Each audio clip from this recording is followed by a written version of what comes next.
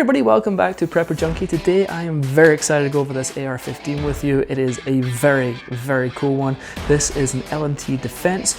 I believe the word is pronounced RAHE. I could be wrong. It's an Estonian word for hail, as in hail of gunfire. It's a 14.5-inch piston, short stroke piston system. Oh, it's cool, man. There's a lot to go over. Let's get this review started.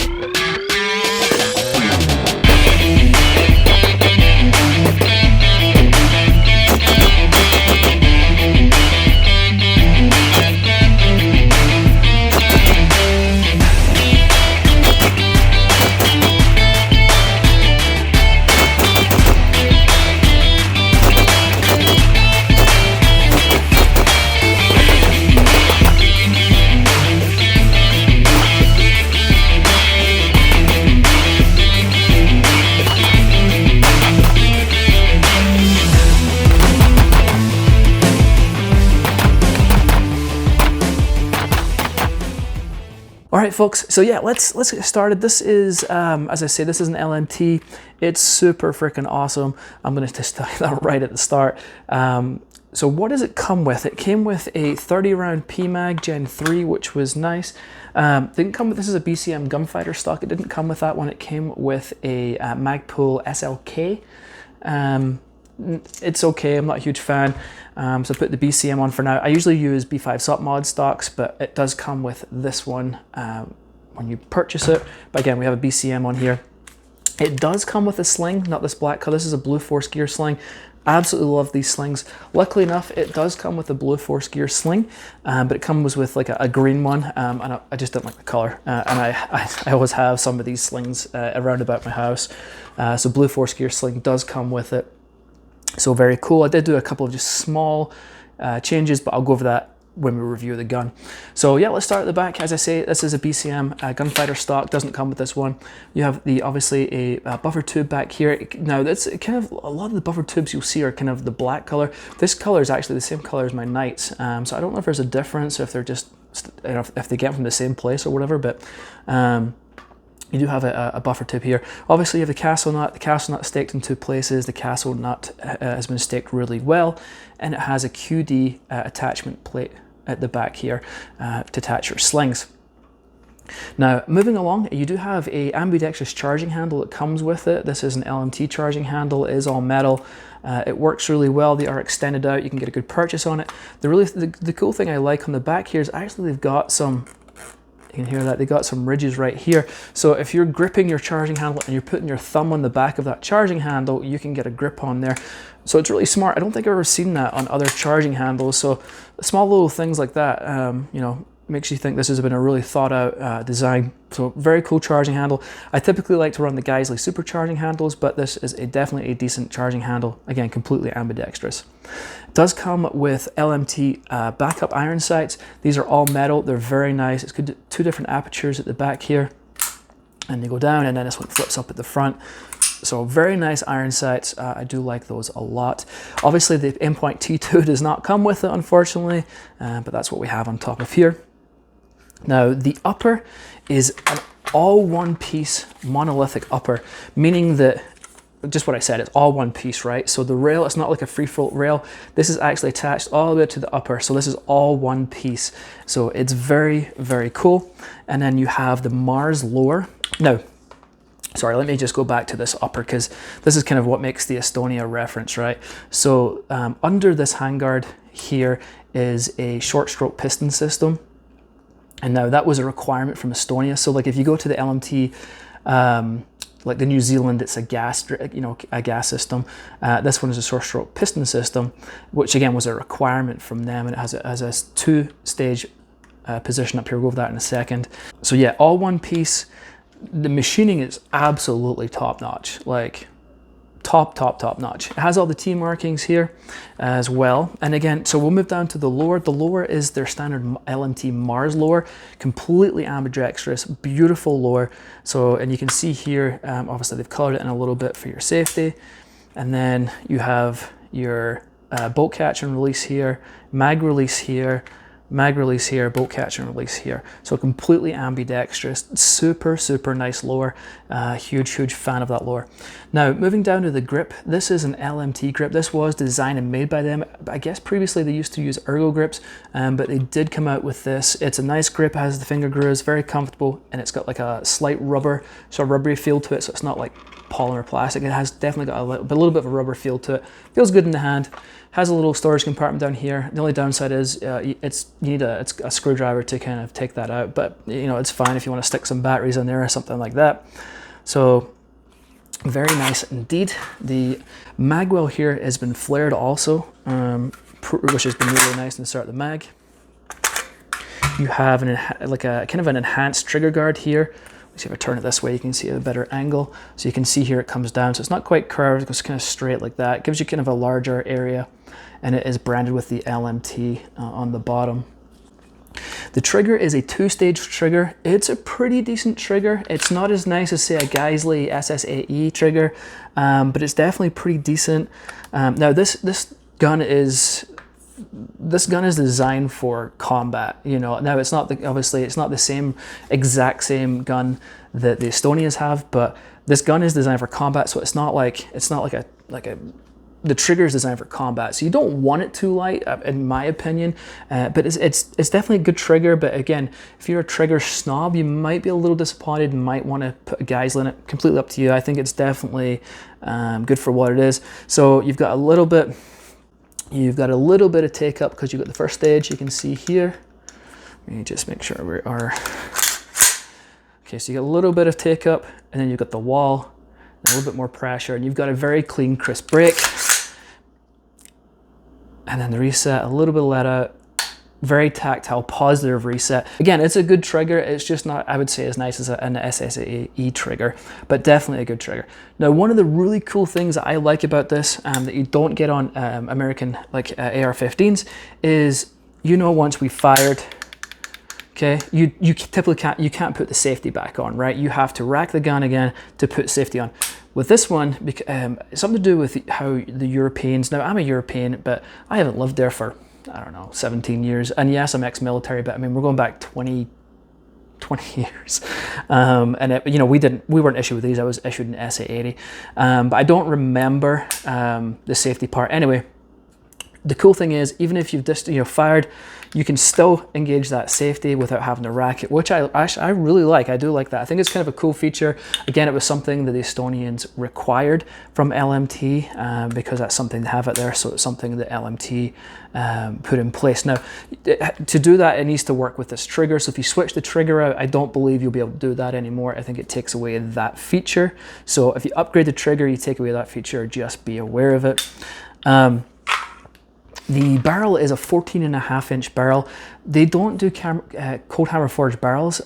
This is a chrome moly steel barrel. It's a 1-in-7 twist chambered in 5.56. Even though it's not cold hammer forged barrels, LMT makes their own barrels, and they are top notch.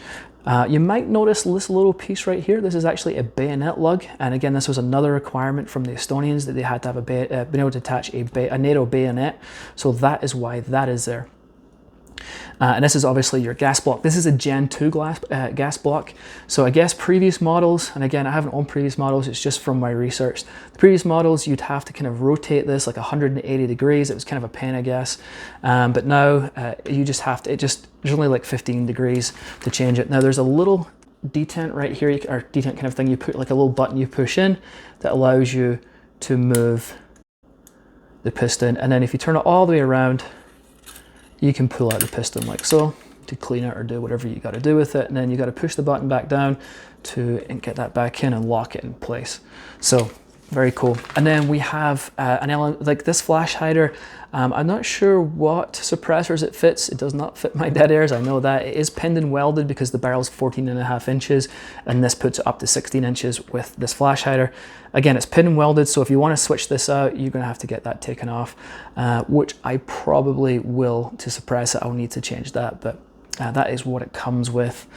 Also, inside, it comes with an enhanced bolt carrier grip. Let me take this out. So that's your ambi charging handle. Again, it's all metal. But this is your enhanced bolt carrier grip. Now, some of the things they did with it is the extractor is obviously in here. Obviously your extractor is going to be in your bolt. Instead of a single spring, they actually have a double spring and a lobster tail. The bolt has got special coating on it to help with wear and tear and corrosion and things like that. So the craftsmanship again on this bolt is awesome. Like this is all one piece.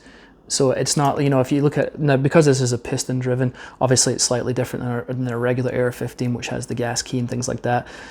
So, you know, gas keys staked and things. This is actually all one piece built into the bolt. So extremely high quality bolt. Very, very nice indeed. Now, some of the things, I told you I do a couple of little upgrades, and I do this to pretty much every single I've done this to every single AR-15, especially the ones that I keep. The buffer system that it comes with your stainless steel spring, which is typical, and it comes with a H2 buffer. You can hear those weights. What I like to do is, let me pop this out, is I like to switch it out, and I put in two different things. I put in a Spikes Tactical T2. This is a tungsten powder. So if you hear this, I'm sure you can hear it. So it's got these bulky weights in it. Ugh.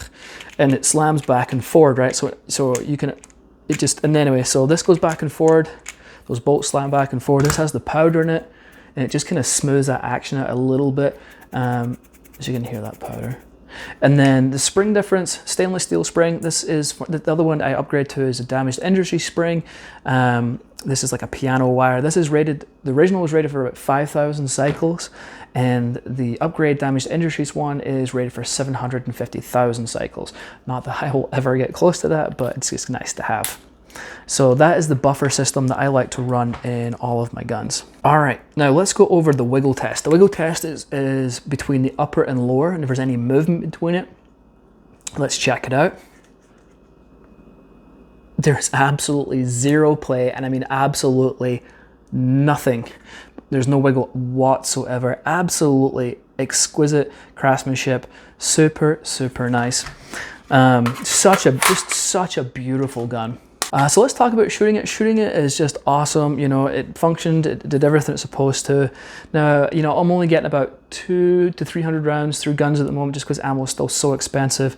But, you know, as expected, everything ran flawlessly. I had zero issues. You know, accuracy, you know, was fine. It's a stunning gun. It's a stunning weapon system. Really, really impressed. Now, and I've reviewed the lower end price-wise guns, and I've reviewed a few high-end AR-15s now, including my Knights, the LMT, and things like that. And the high-end ones, you know, the higher tier AR-15s come with a price tag. There's just no way about it. Now, it might not be worth it to you, and I completely understand that. You know, because there's, you know, you can get awesome firearms like BCM, LWRC, Sons of Liberty, you know, all around, you know, $1,200 to $1,500, kind of around that price mark, and they're all excellent firearms. Even cheaper ones, you know, you're still going to get a decent firearm. There's no questions about it. However, if you want a combat proven, you know, with all these awesome features on it, and it has a lot of features. Actually, one of the features I forgot to mention is that it's really easy to switch out the barrel system on here. It's just actually held in with these two torque screws right here.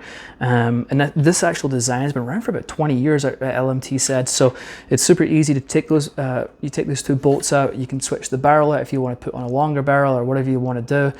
If you want to just change the system, you know, longer barrel or different caliber, like a 300 Blackout, it's really easy to do with the system. So there's a lot of amazing features. As I say, the Mars lower is fantastic. One of the best ambidextrous lowers out there. It's got a really good two-stage trigger. Awesome iron sights, the monolithic upper, short stroke gas system. There is tons of high-end features on this gun.